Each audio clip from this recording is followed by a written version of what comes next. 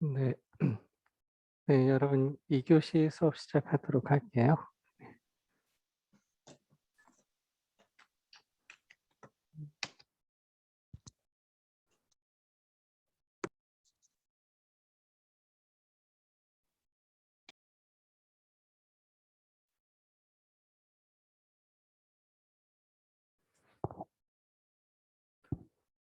네, 이번 시간에는 뇌사의 법률적인 문제에 대해서 보도록 하겠습니다.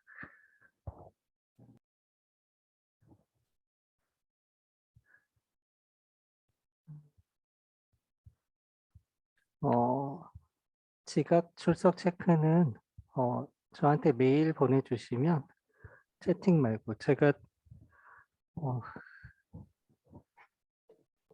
MP3, MP4 파일로 변환하려면 제가 줌 회의를 나가야 되잖아요. 그러면은 채팅 내용들이 다 없어지기 때문에 제가 확인할 수 없어서 메일로 수업 끝나고 사유 말씀하시면 제가 사유 합당하면은 출석 인정을 해드리니까요. 어, 채팅 말고 메일을 보내주세요. 이번 시간에 이제 뇌사의 법률적인 문제에 대해서 보도록 할 텐데요. 법조문도 한번 쭉 보면서 법이 어떻게 구성되어 있는지도 보도록 하겠습니다. 출생과 마찬가지로 죽음은 법적으로 중요한 의미를 지니고 있죠. 그래서 죽음은 어떤 사람이 생전에 구축했던 수많은 법률 관계들을 종료하기 때문에 죽음의 법적 효과는 민법적이나 형법적으로 다양하게 발생할 수 있겠습니다.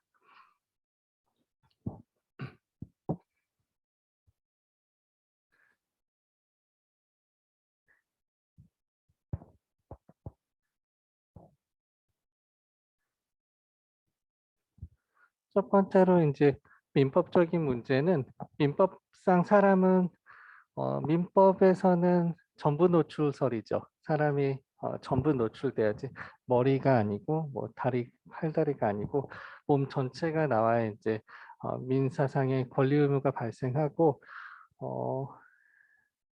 그래서 사람은 생존한 동안만 권리 의무 주체가 될 수 있기 때문에 사망, 즉 죽음에 의해 권리 능력을 상실하게 되겠죠. 그리고 죽는 순간 상속이 개시되고 유언의 효력이 발생하게 돼요.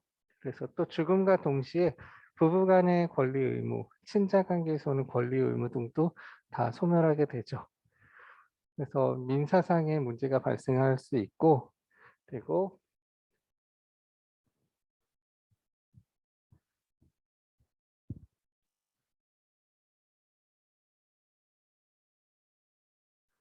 어, 형법상 죽음은 살인죄의 성립 여부를 판단하는 기준이 되죠.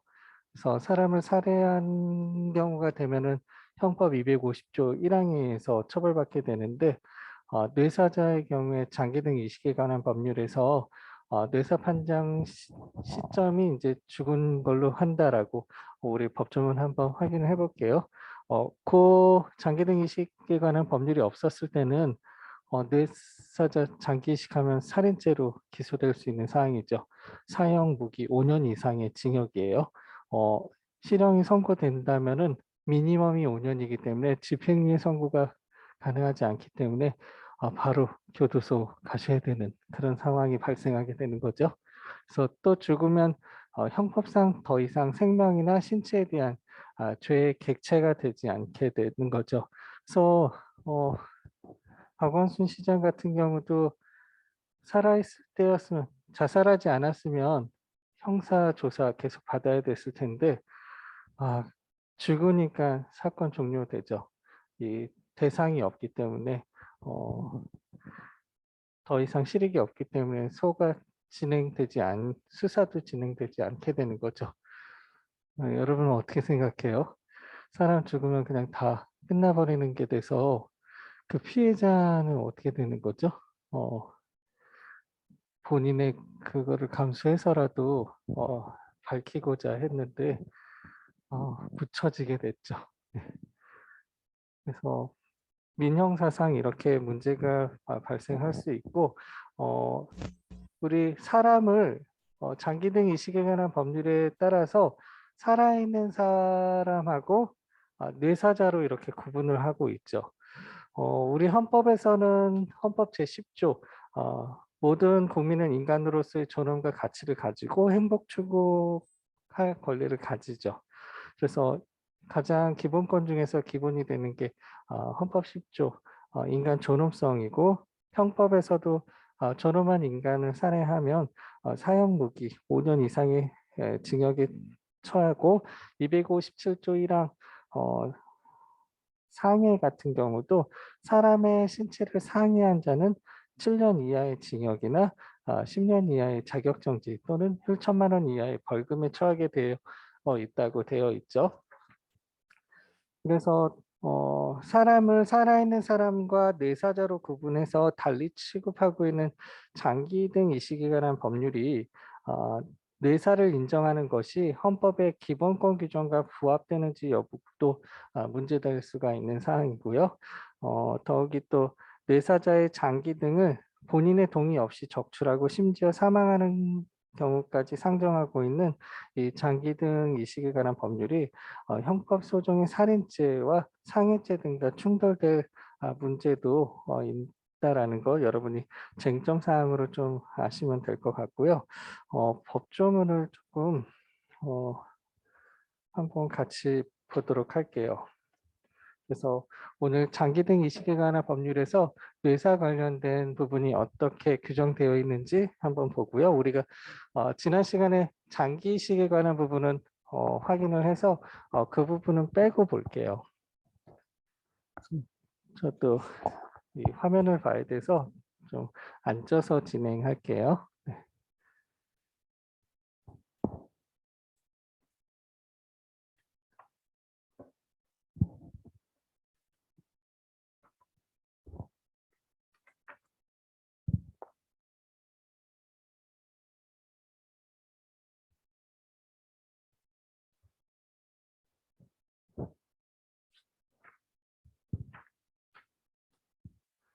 네, 장기 등 이식에 관한 법률이고요. 우리 줌으로 보는 학생들도 법률 다 잘 보이나요?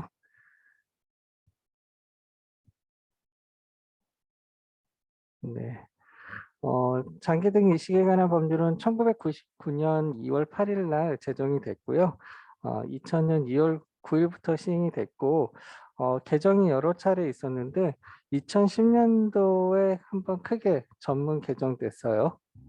그리고 이 법의 제정 이유는 의학 발달로 점차 증가하고 있는 장기 등의 이식을 공정하고 효율적으로 관리하고 불법적으로 이루어지는 장기 등의 매매 행위들을 근절함으로써 인도적인 차원에서 합법적인 장기 등의 이식을 보호함과 아울러 국민 보건 향상에 이바지하려고 이 장기 등 이식에 관한 법률이 제정이 돼서 시행되고 있는 상황이에요.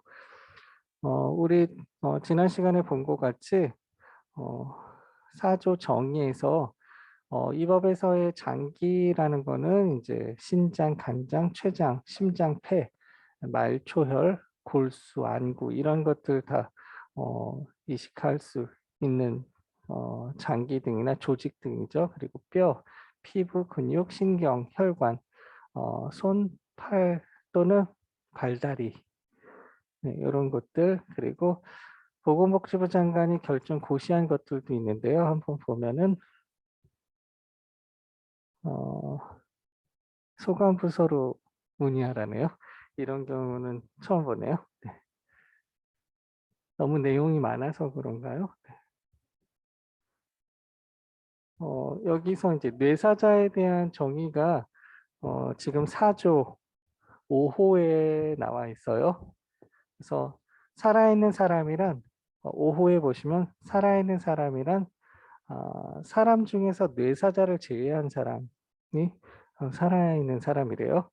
뇌사자란 이 법에 따른 뇌사 판정 기준 및 뇌사 판정 절차에 따라서 뇌 전체의 기능이 살아날 수 없는 상태로 정지되었다고 판정되는 사람이 뇌사자예요. 그래서 우리 사람을 살아있는 사람, 뇌사자, 죽은 자 이렇게 구분해서 볼 수 있죠. 살아있는 사람이랑 사람 중에서 사람은 살아있는 사람과 뇌사자, 죽은 사람 이렇게 셋으로 구분할 수 있어서 우리 헌법적으로도 기본권 뇌사 판정에서 뇌사자 기본권 침해하는 것이 아닌지 한번 여러분 생각해 보시기 바랍니다. 뇌사자. 죽은 사람도 아니고 사람은 살아있는 사람하고 뇌사자 이렇게 구분을 하고 있어요. 우리 장기 등 이식에 관한 법률이.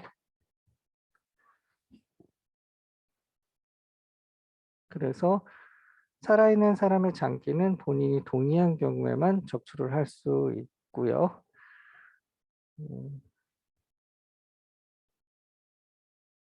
쭉 가족 및 유족이랑 살아있는 사람, 뇌사자 또는 사망한 사람. 그래서 장기 등 이식에 관한 법률에서는 사람을 살아있는 사람, 뇌사자, 사망한 사람 이렇게 셋으로 구분을 하고 있고 다음 강목의 어느 하나에 해당하는 사람이 가족이나 유족이래요. 다만 14세 미만 사람은 제외한다. 배우자, 직계 비속, 직계 존속, 형제 자매. 여러분 이제 직계 조속, 존속, 비속은 이제 다 알겠죠?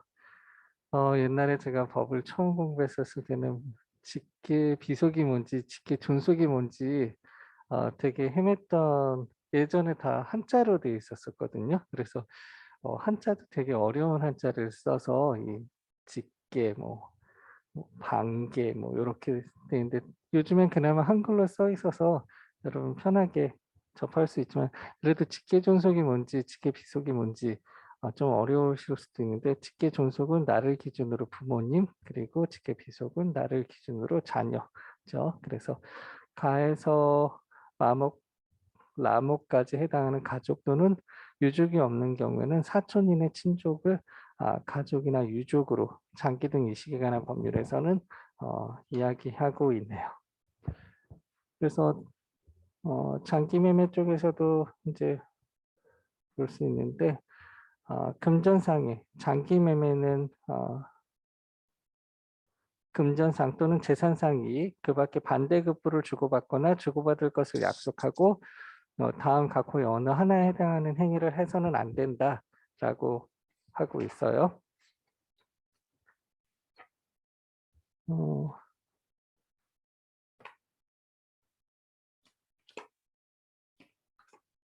어, 뇌사 판정에 대해서 한 16조 정도를 볼까요? 뇌사 관련된 거. 16조. 16조 이제 뇌사의 판정이에요. 16조의 뇌사 판정 의료기관 및 뇌사 판정 위원회 이렇게 되어 있어서 제1항 장기 등의 적출 및 이식을 위한 뇌사 판정 업무를 하려는 의료기관은 보건복지부 장관이 정하는 바에 따라서 국립장기이식관리기관의 장에게 알려야 한다. 코노스를 이야기하는 거죠. 코노스 장에게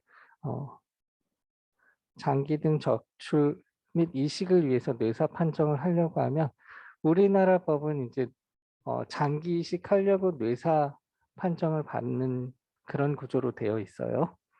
그리고 제2항 뇌사 판정 업무를 하려는 의료기관은 제1항에 따른 통보 전까지 보건복지부령으로 정하는 시설, 장비, 인력 등을 갖추고 해당 의료기관의 뇌사판정위원회를 설치해야 한다. 네, 뇌사판정위원회를 해야 되고 앞에 보신 2항에 따른 뇌사판정위원회는 대통령령에 정하는 바에 따라서 전문의 의사 2명과 의료인이 아닌 위원 1명 이상을 포함한 4명에서 6명 이하의 위원으로 구성을 한다라고 되어 있네요.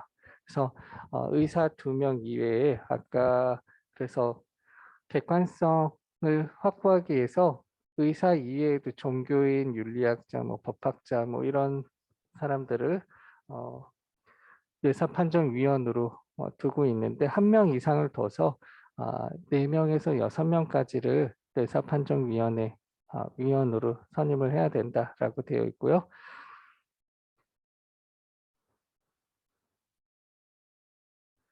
장기 등이 적출 및 이식을 위한 뇌사 판정 업무를 할 수 없다.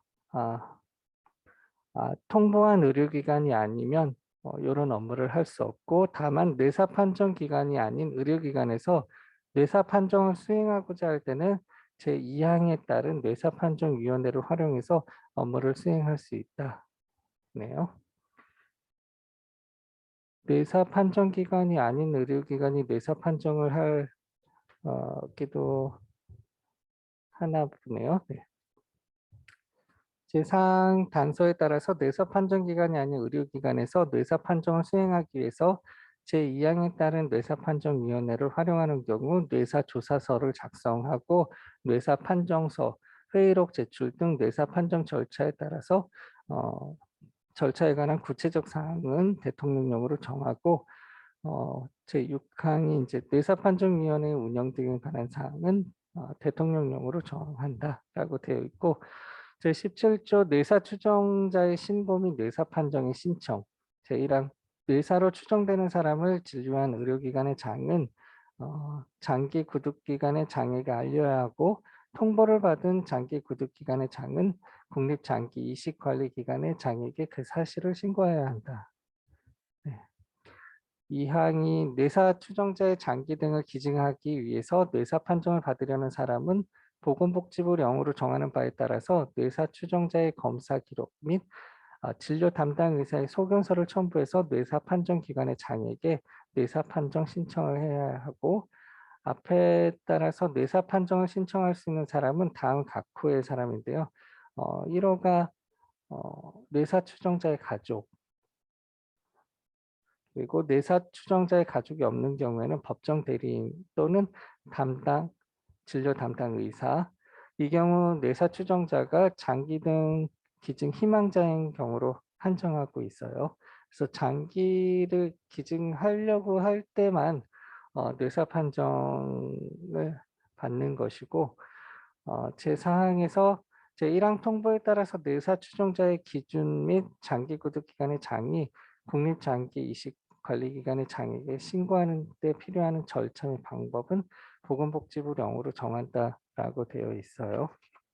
그래서 다음 이제 뇌사 판정인데요.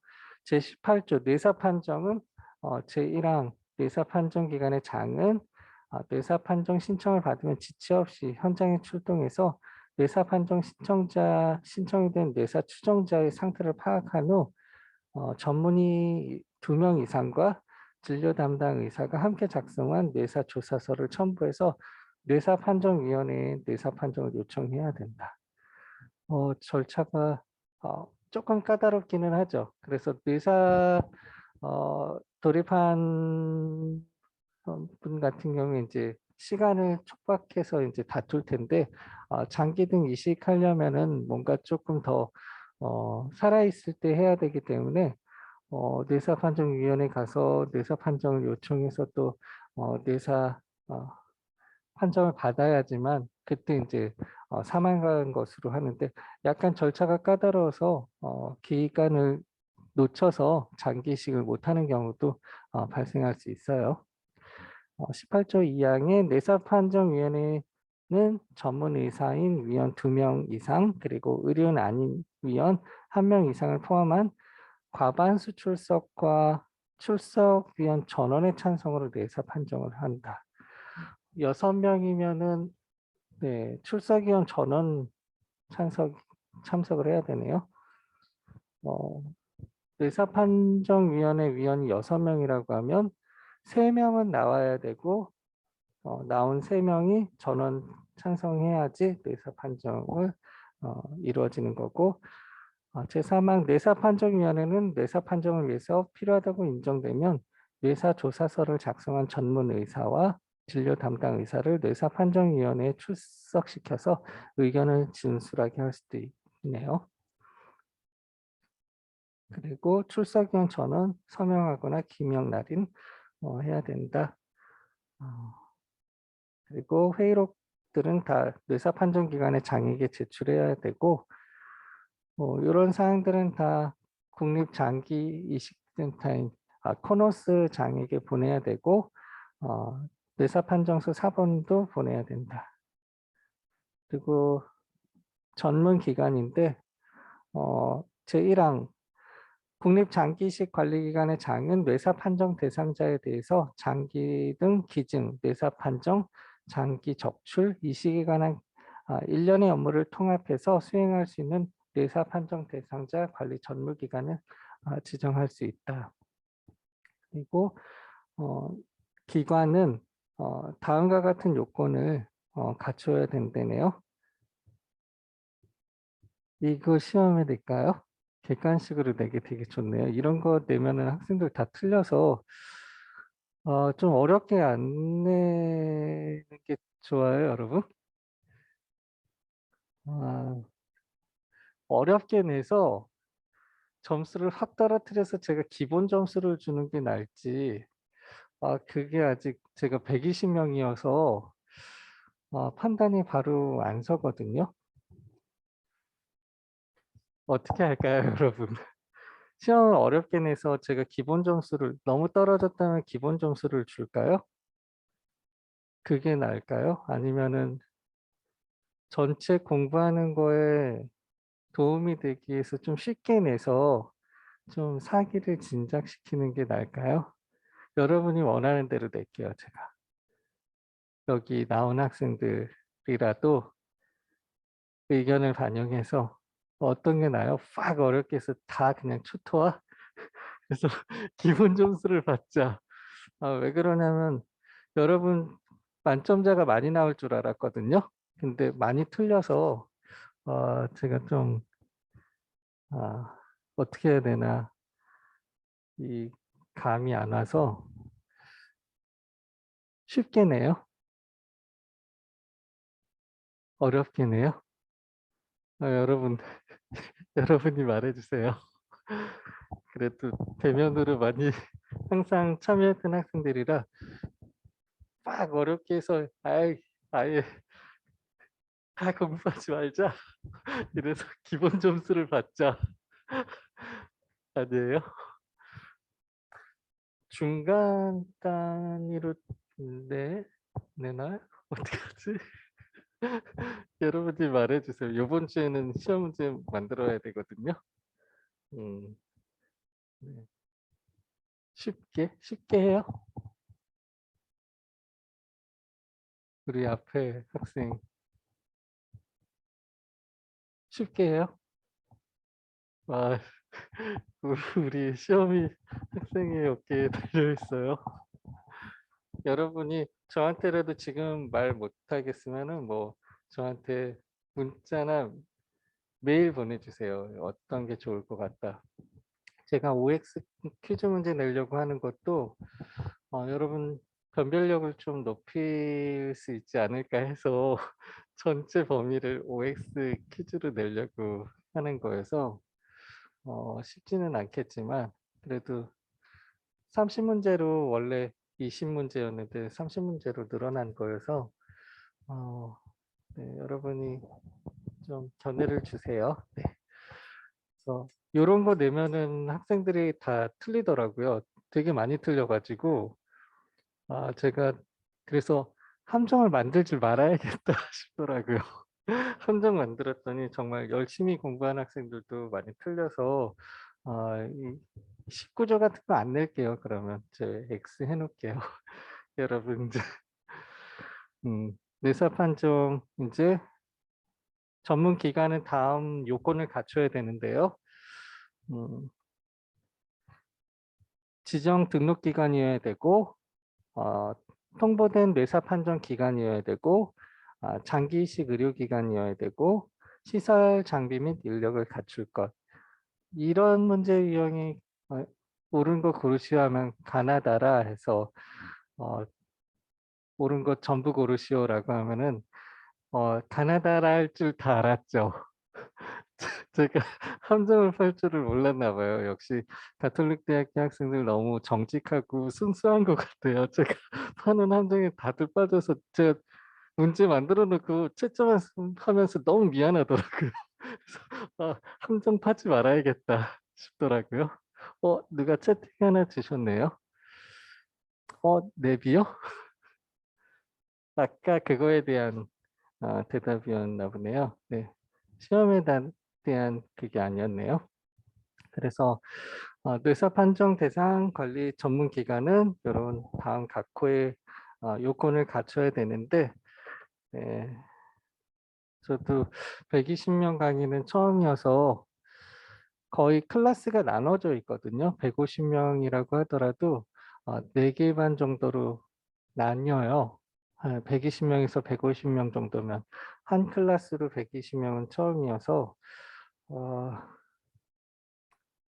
네, 제가 잘 그래도 퍼센테이지 안에는 다 맞춰서 학점을 드릴게요. 뭐 기준이 90점 이하면 B지라고는 여러분 A인 학생들이 별로 없을 것 같아서 어차피 60명은 A, A풀을 다 줄 수 있어서 A, A풀은 다 채워서 드리려고 하니까 네 그렇습니다. 그리고 제20조 장기 구독 기간은 뭐 이렇게 되어 있어요. 제1항 보건복지부 장관은 내사 추종자 및 내사 판정 대상자의 파악과 관리, 내사 판정 및 장기 적출 절차의 진행 지원, 장기 등 기증 설득 및 장기 등 기증자에 대한 지원 등의 업무를 수행하는 장기 구독 기간을 지정할 수 있는데 장기 구독 기간으로 지정받을 기간은 다음 각호와 같다. 의료기관이나 장기 등 기증 및 이식에 관한 사업을 주된 목적으로 설립된 비영리법인. 이런 데도 비영리법인이어야 되네요. 네. 의료기관은 다 비영리법인이지만 장기 등 이식 관련 사업을 주된 목적으로 하는 설립된 기관도 비영리법인으로 운영이 되어야 되는구나. 그리고 장기 구독 기간은 다음 각호의 사항을 준수해야 된다라고 되어 있는데요.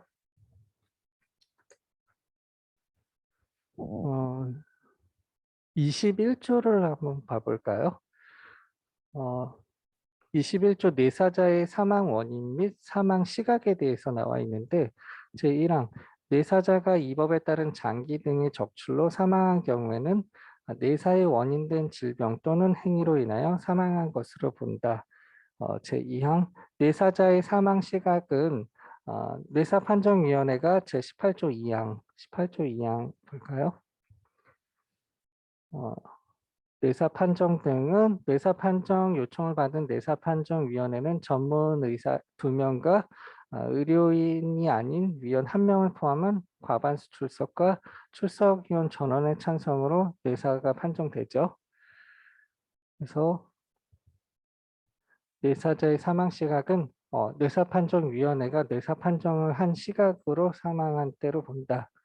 그리고 뇌사자가 장기 등 적출로 사망한 경우에는 뇌사의 원인된 질병 또는 행위로 사망한 것으로 본다라고 되어 있네요. 네, 그래서 심폐사, 우리 기존의 심폐사였는데 뇌사판정위원회가 뇌사 판정한 시각을 사망한 시각으로 본다라고 되어 있죠. 그리고 사망한 시간은 그렇고 뇌사의 원인된 질병 또는 그 행위로 사망한 것으로 보기 때문에 형사처벌이나 이런 거 하지 않는다라는 게 이 21조 때문에 살아날 수 있겠네요.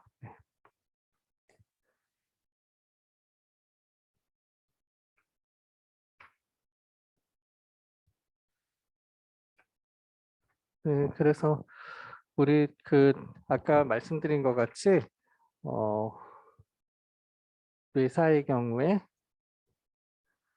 뇌사자 신분이 우리 헌법의 기본권 침해한 게 아닌가라는 쟁점 사항들 여러분 한번 생각을 해주시면 좋을 것 같아요. 그래서 뇌사를 인정하는 것이 헌법의 기본권 규정에 부합되는지 여부가 문제될 수 있는데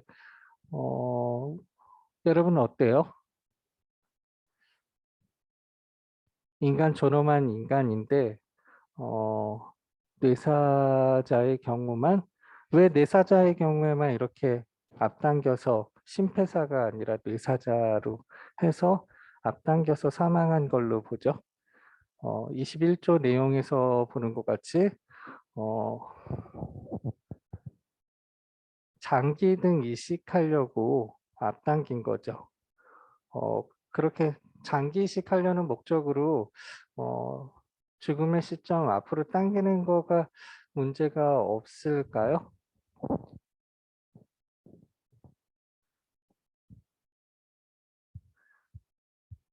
뭔가가 이식적인 측면에서는, 의사들 측면에서는 이식해서 많은 사람들을 살리면 살아있을 때 이식하는 게 이식 성공률도 높고 하지만 법률적으로 보면은 죽음을 앞당긴 거기 때문에 그렇지만은 장기 등 이식에 관한 법률에 어느 정도 요런 선행 기준이라든지 판단 기준에 부합한다면 우리가 뇌사자로 하기로 한 거죠. 지금 현재 의학 기술로는 이 정도면은 뇌사 판정으로 해서 한다고 하더라도 사람을 살해한 게 아니다라고 어느 정도 합의를 한 거예요. 그래서 어, 실수가 있는 측면보다도 지금 이렇게 정도의 합의에 이르러서 장기 등을 이식하는 것이 전체 사회적으로 더 이득이다라고 판단하기 때문에 이렇게 한 거지만 그렇지만 이 뇌사를 인정하는 것이 헌법의 기본권 규정에 부합하는지는 여전히 문제로 남아 있을 수 있다라는 거 말씀드리고요. 그래서 여러분 뭐 이제 학회 끝물이 돼서 여러분 기말고사 범위는 제가 뭐 의료법 같은 경우에는 뭐 중간고사 이후만 뭐 시험 범위로 한다라고 말할 수 있는데 여러분은 그렇게 하면 안 될 것 같아요. 여러분 그냥 3주차부터 마지막 14주차 15주차죠. 보강주차만 빼고 3주에서 14주차까지는 전체 시험 범위로 할게요. 그래야지 여러분들 사이버 캠퍼스 녹음도 제가 잘 해놨죠. 그래서 여러분 다시 보시기 해서 부족한 부분은 영상 보시어서 수업하시면 될 것 같고요. 오늘은 뇌사하고 이제 장기 등 이식에 관한 법률 중에서 뇌사 부분에 대한 부분만 공부를 해서 오늘은 생명윤리 쟁점 7번째 쟁점이더라고요. 그래서 7번째 쟁점 마치고 다음 시간에 생명윤리 쟁점 관련된 한 2가지 정도 나갈게요. 다음 주에는 뭐 인간 대상 연구라든지 뭐 이런 부분을 아직 안 했고 마지막 주 이제 보강 주간은 여러분 1시간에서 길어봤자 이제 1시간 반 정도만 진도를 나갈게요. 뭐 보강인데 3시간 다 하면 여러분이나 저나 여러분이 화날 것 같아요. 막 시험 막 임박해서 공부해야 되는데 그래서 한 60분 짧으면 60분에서 길어서 90분은 넘기지 않을게요. 그래서 쟁점 하나만 해야 될 것 같아서 앞으로 남은 쟁점은 한 3개 정도 진도 나가도록 하겠습니다. 오늘 수업은 이것으로 마치도록 하겠습니다. 네, 여러분 수고하셨습니다. 그리고 기말고사 관련돼서 어떤 게 좋을 것 같다라고 이유랑 저한테 어드바이스 해주시면 여러분 의견을 많이 반영할게요. 네, 네 여러분 수고하셨습니다. 네, 감사합니다.